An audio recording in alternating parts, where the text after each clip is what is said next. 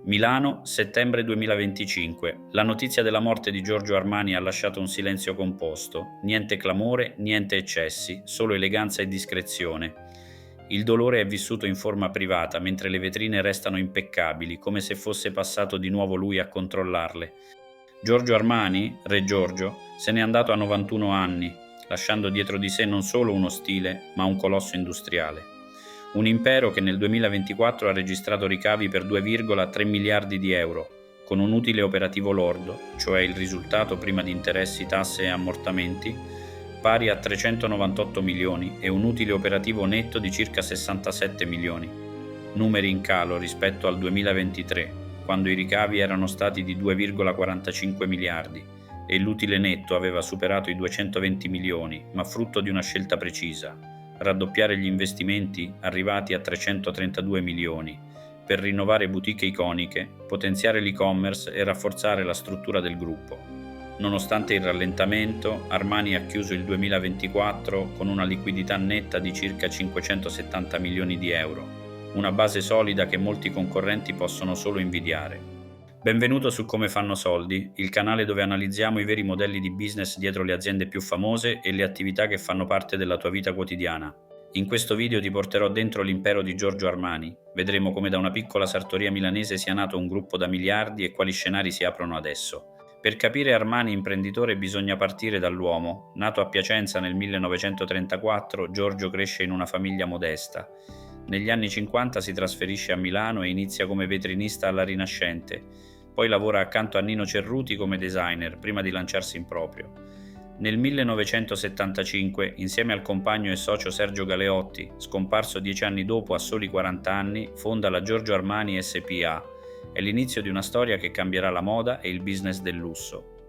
La svolta arriva nel 1980. Richard Gere indossa completi Armani in American Gigolo.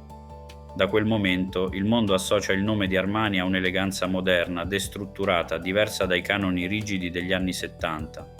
Gli anni 80 e 90 sono il boom. Armani non è solo moda, è cinema, è cultura pop, è status symbol, ma soprattutto è business.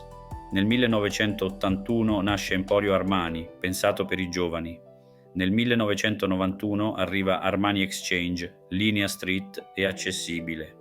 Armani diventa il primo stilista italiano a capire che un brand può vivere in segmenti diversi senza tradire se stesso. Mentre altri puntano su un'unica collezione, Armani costruisce una piramide. In cima l'alta moda, Armani Privé, nel mezzo Giorgio Armani ed Emporio, alla base Armani Exchange.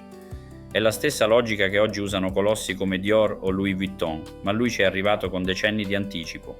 Il 2024 ha mostrato i due volti del suo modello, come abbiamo detto, da una parte un calo, ricavi in discesa del 5% rispetto al 2023, margini più bassi, utile operativo ridotto. Dall'altra un segnale di forza, la capacità di investire oltre 300 milioni in un solo anno, ristrutturando flagship store da New York a Milano e internalizzando la gestione digitale. Armani non inseguiva mai la crescita facile, preferiva sacrificare il margine a breve per consolidare il marchio sul lungo periodo. E i conti restavano solidi, una cassa netta di 570 milioni di euro, senza debiti fuori controllo. Un lusso raro, in un settore dove molte maison hanno ceduto ai grandi gruppi francesi per mancanza di liquidità. Armani non si è fermato agli abiti, negli anni ha creato un universo. C'è il beauty, i profumi Armani sono tra i più venduti al mondo, Acqua di Gio, Sì, Cod, fragranze che hanno portato miliardi di euro e milioni di nuovi clienti. C'è Armani Casa, fondata nel 2000, arredamento, interior design, progetti per yacht, residenze di lusso, hotel. Ci sono gli Armani Hotel a Dubai e a Milano, 5 stelle dove tutto, dagli arredi alle divise del personale, parla la lingua estetica di Armani. E poi la ristorazione, più di 20 locali tra ristoranti, caffè e bistrò in tutto il mondo. Dal ristorante Armani di Milano all'Emporio Armani Caffè di Parigi, fino a Tokyo e New York. Senza dimenticare Armani Dolci e Armani Fiori, un universo intero cucito con la stessa coerenza. Mentre altri marchi italiani, da Gucci a Valentino, da Fendi a Bulgari, venivano comprati da colossi come LVMH o Kering, Armani ha sempre detto no. Ha rifiutato offerte miliardarie pur di restare indipendente. Non ha mai portato la società in borsa. Ha sempre voluto decidere da solo. È stato un micromanager fino alla fine. Fino a pochi mesi fa controllava le collezioni, cambiava un orlo, sceglieva un tessuto. Non era solo un designer, era l'amministratore delegato, il padrone, il garante.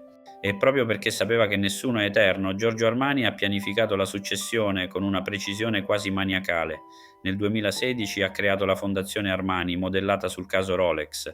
Ha previsto nuove regole societarie, categorie di azioni diverse e una moratoria di 5 anni dopo la sua morte. Nessuna vendita, nessuna quotazione fino al 2030. Ma le novità più recenti rendono il quadro ancora più definito. È stato rivelato che Armani ha lasciato 2 testamenti scritti di suo pugno, sigillati, risalenti al 15 marzo e al 5 aprile 2025. Secondo questi documenti, tutta la proprietà di Armani SpA passa alla fondazione. Tuttavia, già da subito emerge un equilibrio preciso. Al braccio destro e compagno di vita di Armani, Pantaleo Dell'Orco, va il 40% dei diritti di voto, alla Fondazione Armani il 30% e il 15% ciascuno ai nipoti Silvana e Andrea. Alla nipote Roberta e alla sorella Rosanna spettano invece azioni senza diritto di voto. Lo statuto societario aggiornato nel 2023 prevede che, pur avendo tutte le azioni uguale valore economico, i voti siano distribuiti in modo differenziato fra categorie di azioni. Questo garantisce stabilità e controllo nelle mani dei soci più coinvolti nella gestione.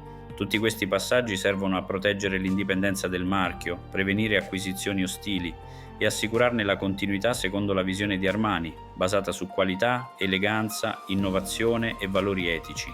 Il grande interrogativo è uno: Armani resterà indipendente? Con 2,3 miliardi di fatturato è grande ma non enorme. LVMH fattura più di 70 miliardi. In un settore dove le dimensioni contano, la pressione esiste. Alcuni analisti parlano di una possibile alleanza italiana, mentre altri immaginano un futuro dentro un gigante francese. Di certo per almeno 5 anni non accadrà nulla, come abbiamo detto lo statuto lo vieta, ma dopo la decisione sarà nelle mani della famiglia e della fondazione. Al di là delle strategie resta l'impatto culturale. Armani ha rivoluzionato il modo di vestire di uomini e donne, ha vestito attori di Hollywood e atleti olimpici, ha comprato e rilanciato l'Olimpia Milano nel basket, ha trasformato il suo cognome in un codice estetico, essenziale, elegante, senza ostentazione. La sua eredità non è solo economica ma culturale. Ha dimostrato che un marchio italiano può restare indipendente, crescere con le proprie forze e competere con i giganti globali senza piegarsi. Oggi, con Giorgio Armani scomparso, l'impero che ha costruito continua a vivere. Un impero fatto di moda, hotel, profumi, case e ristoranti. Un marchio che porta con sé un'eredità precisa, indipendenza, coerenza e sobrietà. La domanda ora è aperta: Armani continuerà a regnare da solo, fedele alla visione del fondatore, o un giorno entrerà in un nuovo regno globale del lusso?